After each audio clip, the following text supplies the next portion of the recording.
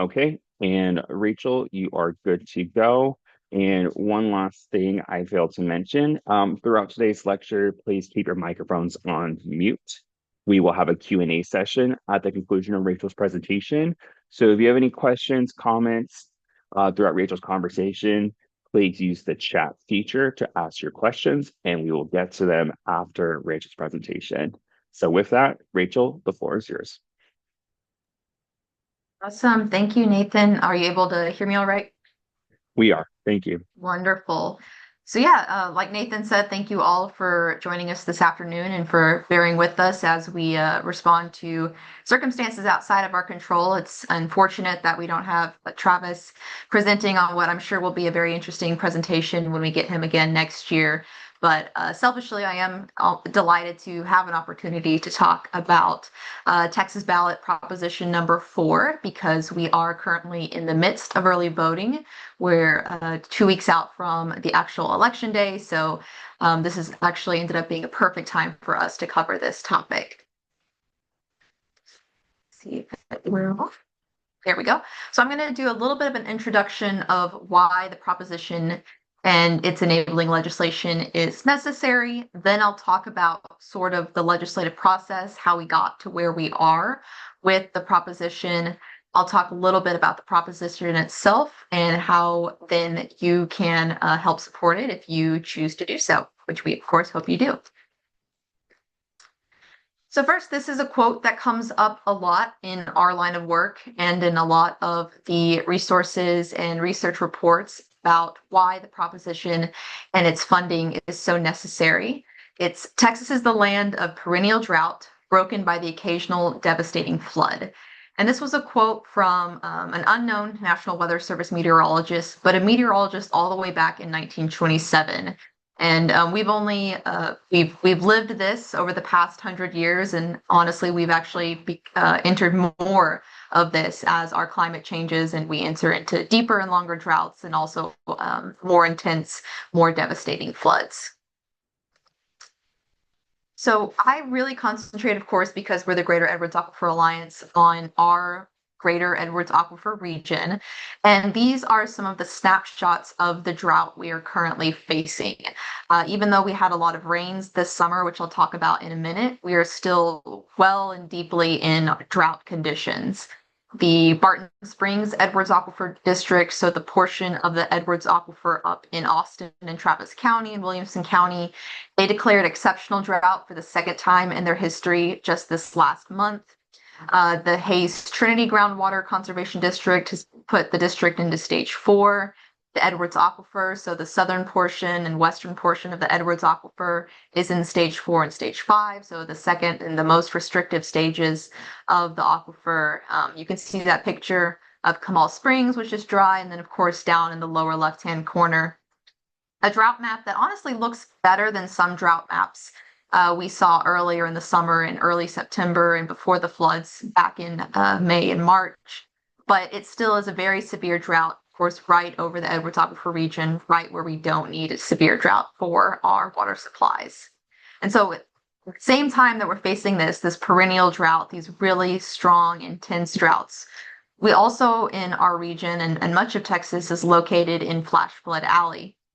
And we saw the effects of this summer, these broken up by major devastating floods. So that top right-hand corner, that's the floods that swept through San Antonio back on, I think, June 13th this summer. And then, of course, the more national news of July 4th, the floods in Kerrville and Kerr County and throughout the Hill Country on July 4th. In both instances, we had very tragic fatalities in the Hill Country. I think statewide of nearly 151 people died from floods in over the summer due to these really intense, very strong velocity, very high floods in Texas. And that's not necessarily out of the norm. So these are things that we have to deal with in Texas. We are either in perennial drought or we're broken up by a very devastating flood. But Texas is very behind in its ability to respond to these dual pressures, these water issues facing the state. The first, going back to the drought, of course, it is when you're facing a drought, the last thing you want to do is be losing a lot of water. And unfortunately, Texas does lose a lot of water to aging infrastructure and to leaking pipes, like Nathan was saying in the introduction. And we actually lose around 186 billion gallons of water annually. And that's kind of an amorphous number. It's hard to comprehend, but that's the same amount that Austin, Fort Worth, El Paso, Laredo, and Lubbock used to combine each year for their water needs. So it's a very significant amount of water that's just being lost through these infrastructure problems. So it's something that needs to be tackled. Our wastewater infrastructure, so the other side of water infrastructure, also not doing too great. The American Society of Civil Engineers, in their annual scorecard, gave Texas a D minus on our wastewater infrastructure. And so that's something that also definitely needs a ton of funding in order to fix and ensure that we are in a good place going forward into the future. One thing you want to do when you have a lot of droughts is make sure that you're utilizing every drop of water in the best way you can, in the most responsible way and efficient way you can. But unfortunately, in Texas, recycled water, so reusing that treated wastewater, currently is only around 5% of our water supply. And the Texas Water Development Board recommends that over the next 25 to 50 years, we really need to see recycled water make up around 15% of our water supply. So a long way to go there. If we don't address those top three issues, those top three bullets, multiple analyses have shown that a prolonged drought, so potentially it's like the one we saw in the 50s, or maybe one we're entering right now in the early 2020s, could cost the state 156 billion in lost revenue and GDP by 2050. So in the next 25 years, actually. And then our water infrastructure needs to respond to those top three bullets. We really need around $154 billion invested in water infrastructure and wastewater infrastructure and supplies by 2070. Our flood projects, so to respond to those intense floods and even smaller floods that sometimes are equally as damaging, the state has identified that we need around $54 billion in total to address those. So on the whole, around $200 billion that needs to go into water-related issues in the state is what we really need in order to make sure that we've addressed all of our issues and are in a comfortable and responsible place moving forward. So this legislative session built on the last session and is an attempt to start chipping away at that $200 billion in need. Ballot Proposition 4 is the culmination of a lot of efforts that started many years before and really kicked into gear in this last legislative session that happened from January through June of this year. I'm going to walk through it because it is a bit of a complicated process if you're not familiar with the legislative process and how we got that ballot on, or how we got that proposition on the ballot. But multiple things need to happen before we can actually vote as citizens of Texas for those ballot propositions. The first is that you need to have enabling legislation. So you need a law that backs up the constitutional amendment. The constitutional amendment is its own separate bill. And when those two pass, you can then put the ballot proposition onto the ballot. So in this instance, the enabling legislation, the legislation that lays out where the money can be used, what projects the monies can be used for, who's in charge of the money, what agencies, are they loans or grants, what funds do the money go towards? That's all defined in the enabling legislation. It's a Senate Bill 7. It's around 25 pages. And it lays out everything that the constitutional amendment, which is House Joint Resolution 7 in this instance, is intended to do. The constitutional amendment discusses where we will get the money and how it will make it to those funds and projects that the enabling legislation discusses. Those two bills, Senate Bill 7 and House Joint Resolution 7, need to pass the state legislature by a 2/3 vote, so a supermajority vote, before the ballot proposition can be placed on the ballot. We were very fortunate, thanks to many groups across the political spectrum, industry, environmental, cities and counties, and all sorts of groups worked really hard in order to make sure that those two bills, SB7 and HJR7, were really good and really tight and a good first step in addressing our water solution. They both passed with 2/3 vote, which means that the ballot proposition language could be placed on the ballot for this year's general election. And so that's where we are now. The ballot proposition is what then, in the cycle of things, lets us do all of that water infrastructure funding that we so very much need. Senate Bill 7, the enabling legislation, the legislation that I said lays out everything that the money can be used for, is where you will hear about the new funds or the types of projects or where the money can go. And so this is really the bill that people are discussing when they're talking about what the ballot proposition will do. It is an expansion on some really critical, important 2023 funding legislation, which set up the Texas Water Fund. So this revises and amends and adds to that 2023 legislation. So this bill, the enabling legislation, says that 50% of the funds that are established in the next bill that I'm going to talk about, 50% of those funds need to go to the State Water Implementation Fund for Texas, or SWIFT, and the New Water Supply Fund. And then the other 50% of the funds can be split up across a variety of different funds under the Texas Water Development Board. So the Flood Infrastructure Fund, the Economically Disadvantaged Areas Project, the Agriculture Water Conservation Fund, and a whole host of other funds. 50% of the funds need to go there.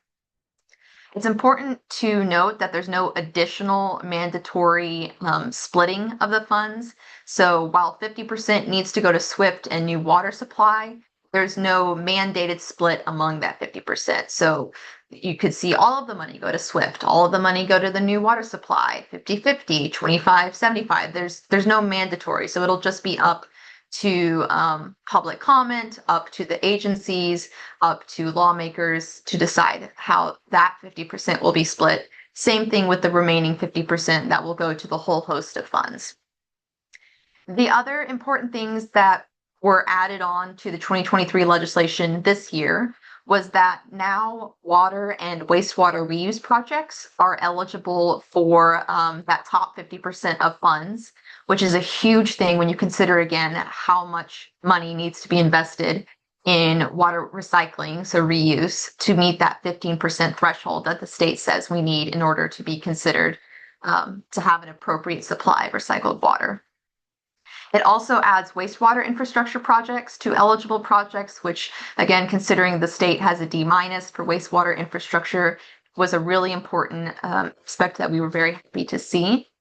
And then the Texas Water Development Board will also be required to incorporate their wastewater planning into the state water planning process, which we think just makes sense because it's the water cycle. It all comes back around.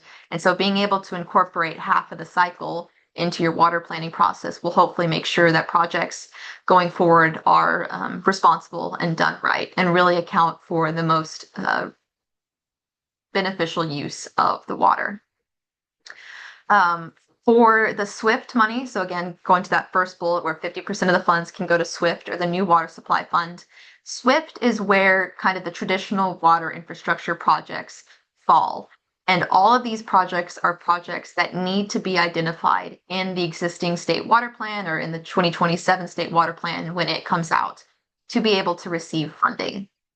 The other part of the first 50% is the New Water Supply Fund. This is probably what you've heard about if you've heard anything about this bill. The New Water Supply Fund, the definition that was updated in this legislation in 2025, added a couple of new resources, new water supplies that can be considered for funding. And many of these we were really happy to see, mainly for storage and recovery. And recycled water can now be considered new water supply projects, which prior to this legislation, those were not considered new water. Desalination, marine or brackish groundwater, acquisition of out-of-state water rights, certain reservoir projects, certainly not all reservoir projects, and then produced water projects, which is the byproduct of oil and gas fracking, Those are all considered new water supplies, and those are all water supplies that GEAA, along with many other environmental groups, are going to be watching a little more closely to make sure they're implemented in a responsible manner. So that's everything that the money, which I'm going to talk about next, will do or go towards and fund. And then you get to the money part of it. Where are we actually getting these funds? How much money are we getting for everything that I just talked about? This is from the House Joint Resolution 7, or the Constitutional Amendment. It lays out a dedication of $1 billion annually for the next 20 years, which begins in 2027. So we would see 1 billion every year between 2027 and 2047, with the opportunity to then renew after that.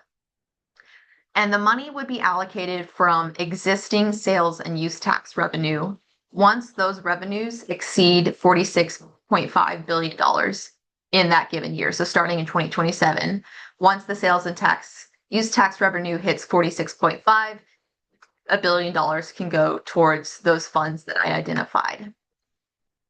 I think in the last couple of years, the sales tax easily exceeded $90 billion every year. So whether this money will be available is more or less a given. Of course, something could happen, but we generally in Texas year over year hit at least $90 billion in state sales and use tax revenue. So it's a pretty given thing that we'll see that $1 billion every year.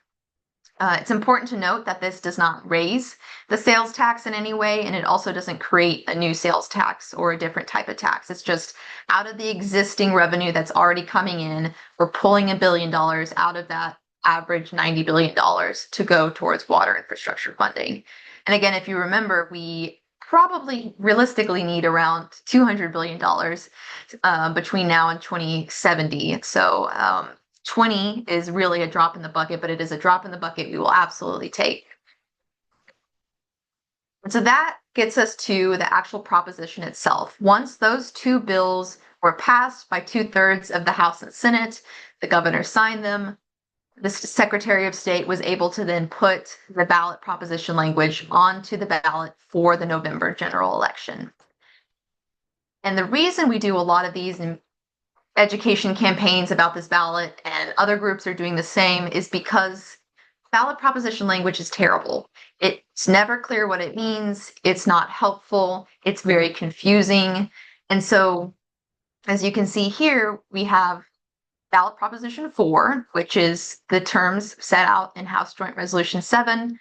And it says the constitutional amendment to dedicate a portion of the revenue derived from state sales and use taxes to the Texas Water Fund to provide for the allocation and use of that revenue.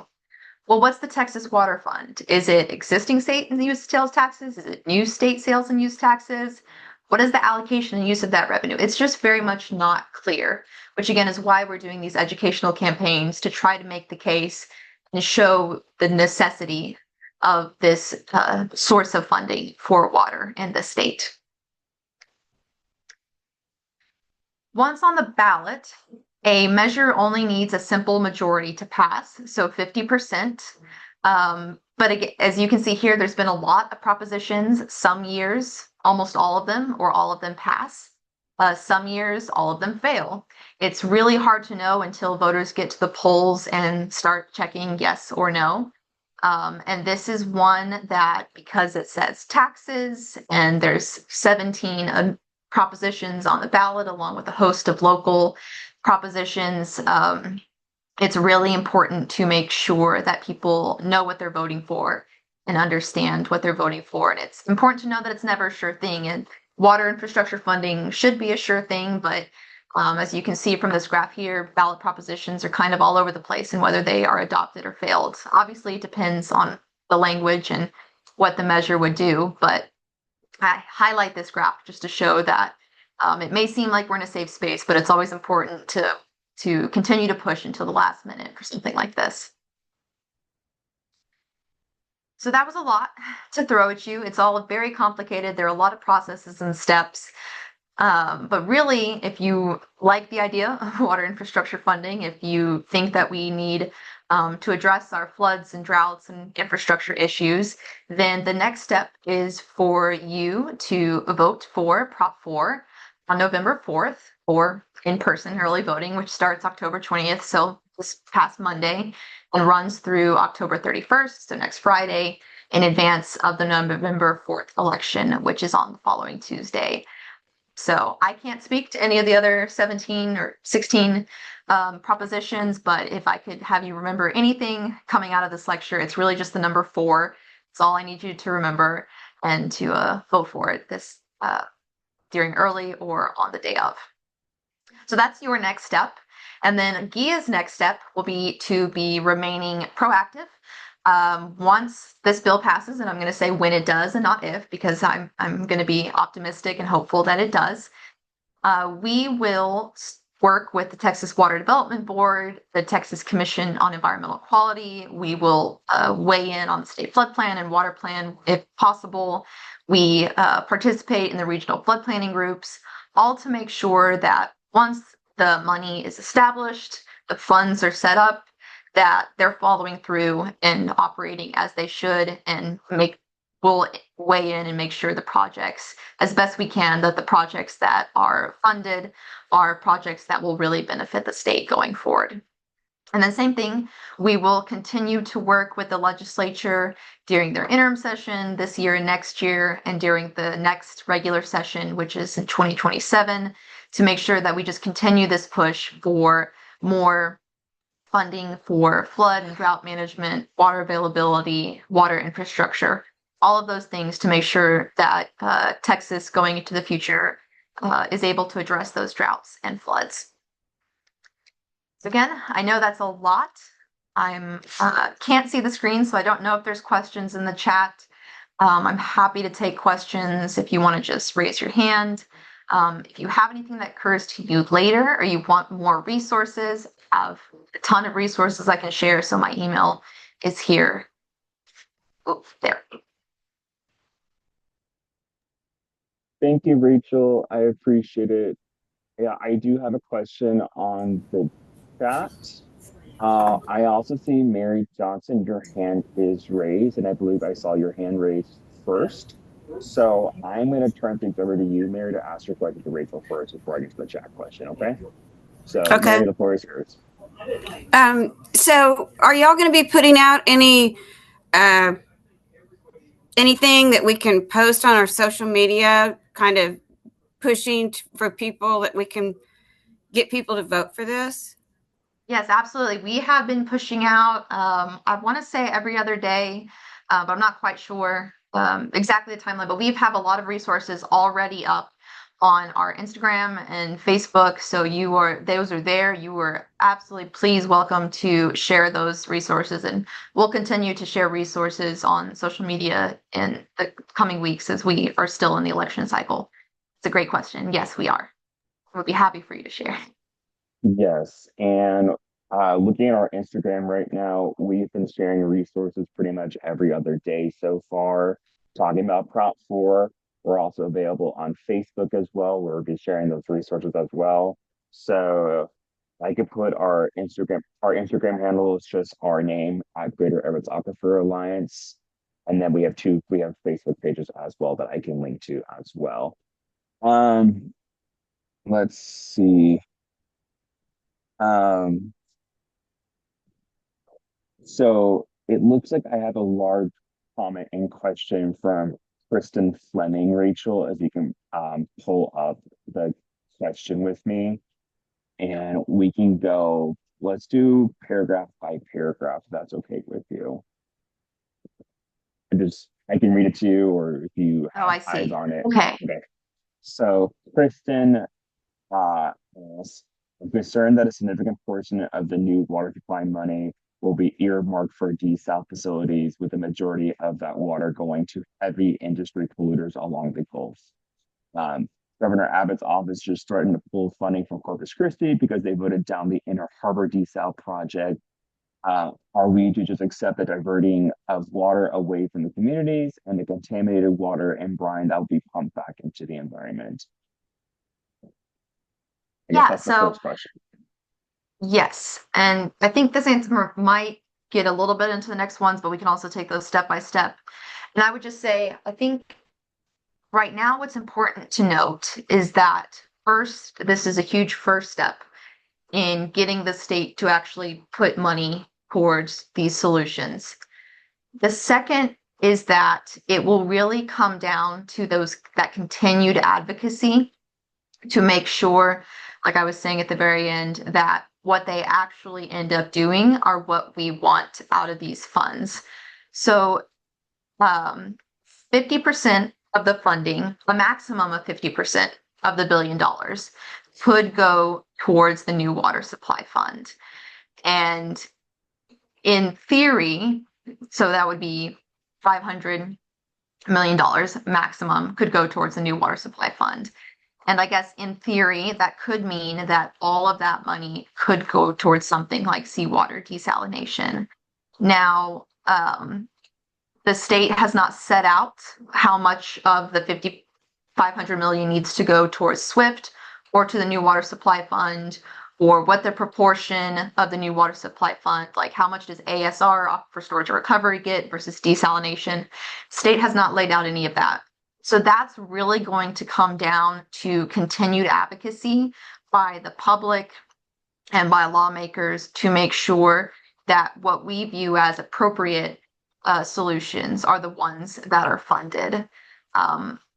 So there's public comment opportunities on projects. Anything that's going to receive grants or loans out of these funds will have opportunities for public comment.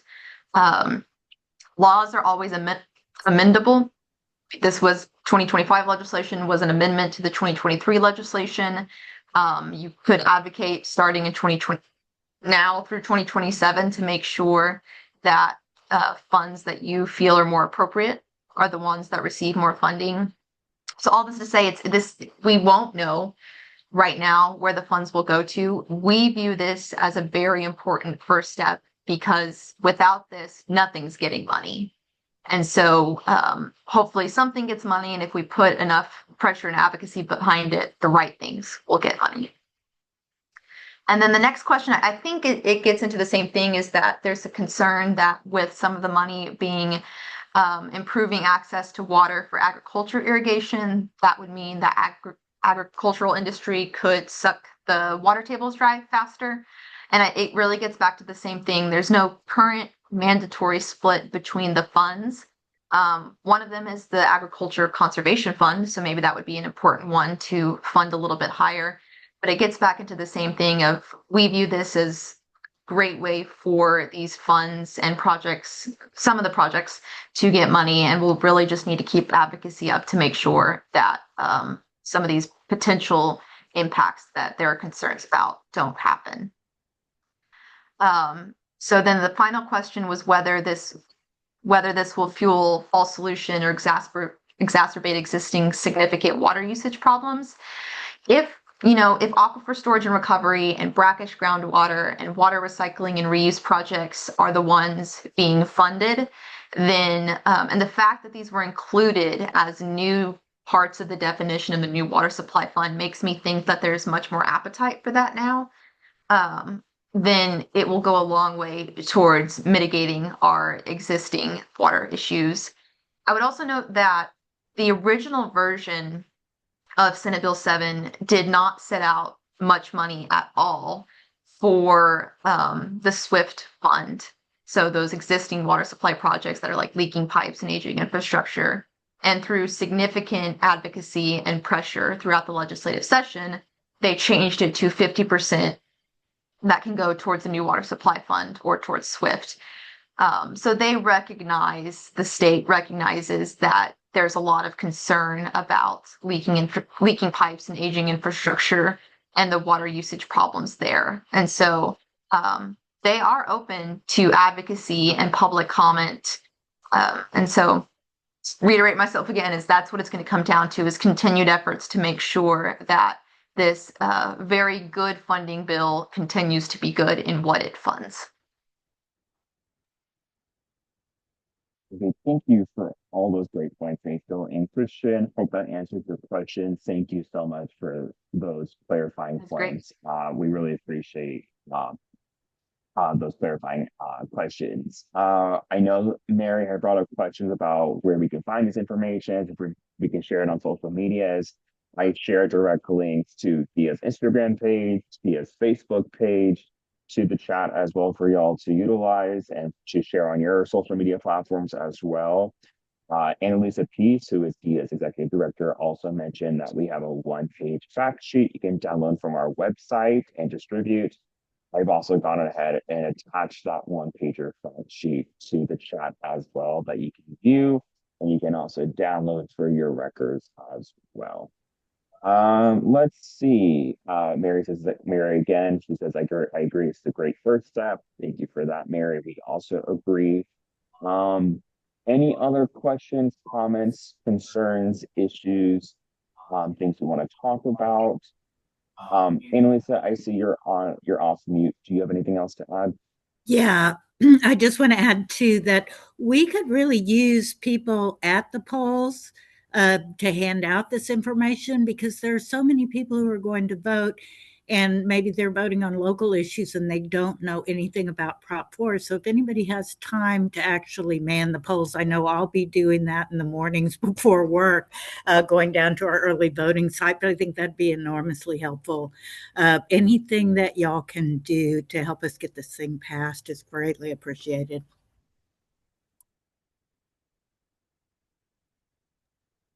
Okay, great. Thank you, Annalisa, for that. I appreciate it. Um, so Mary also mentioned I would like to see more sponge city infrastructure projects in the future. So, okay. Yeah, and I think weighing in on the state flood plan and the state water plan and making sure that projects like these are included in those. Projects that are included in the state flood plan and the state water plan are projects that can then be considered for funding from the SWIFT fund and the flood infrastructure fund.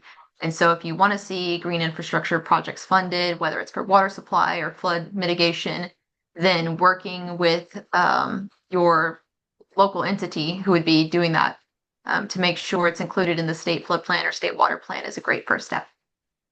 Yeah, and I'm going to add, for the regional flood planning groups, I know our group, I serve on the one for the Guadalupe watershed. We're prioritizing these green infrastructure projects for funding. And I think if you get involved with your local government to submit applications for projects like that, that's really helpful. And also, getting involved with your regional flood planning group to let them know that that's important to you as well. Thank you for that, And Annalisa. the Texas Water Development Board, sometime in the spring, will be coming out with a technical guidance on incorporating green stormwater infrastructure into projects, which to me signals that there's interest in funding those projects at the state, or they would like others to be interested in those projects so that they can then fund them. So be on the lookout for. We'll publish it and share when it's published, but be on the lookout for that technical guidance from the Texas Water Development Board in the spring. Okay, thank you, Rachel, for that. I'm also gonna go ahead. I sent another link over the chat for those who Oh, great. are wanting to vote. Where do they vote? Votetexas.gov. You can put in your address and find your nearest polling location. I believe early voting goes until next Friday. Is that correct? And then the general election will be on November 4th. So just if you need some help trying to get to the polls, visit that link to look at your nearest polling location. And yeah, go till early voting goes till next Friday with the general election occurring on November 4th. Thank you, Rachel. Any other comments, questions? We appreciate your flexibility as we had to transition very quickly to a new speaker. Thank you so much, Rachel, for jumping in and talking about this Proposition 4. And like I had mentioned earlier, we are going to be working with Travis once he is able to go back to work with the government shutdown not lasting any longer. We are going to get it rescheduled for 2026 Water Wonks. So as I mentioned, this is our last Water Wonk for this year. Thank you so much for joining us, who've been along throughout all our presentations, what you're seeing today.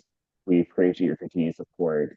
and we are enthusiastic to bring on some great potential speakers, opportunities, conversations into 2026. So with that, if there's no more comments or questions, I'm going to go ahead and end today's Water Walks. Give you back some of your afternoon. So thank you again for joining us, and we will look forward to seeing you in the new year. So take care and have a great rest of your day. Thank you all. Thank you.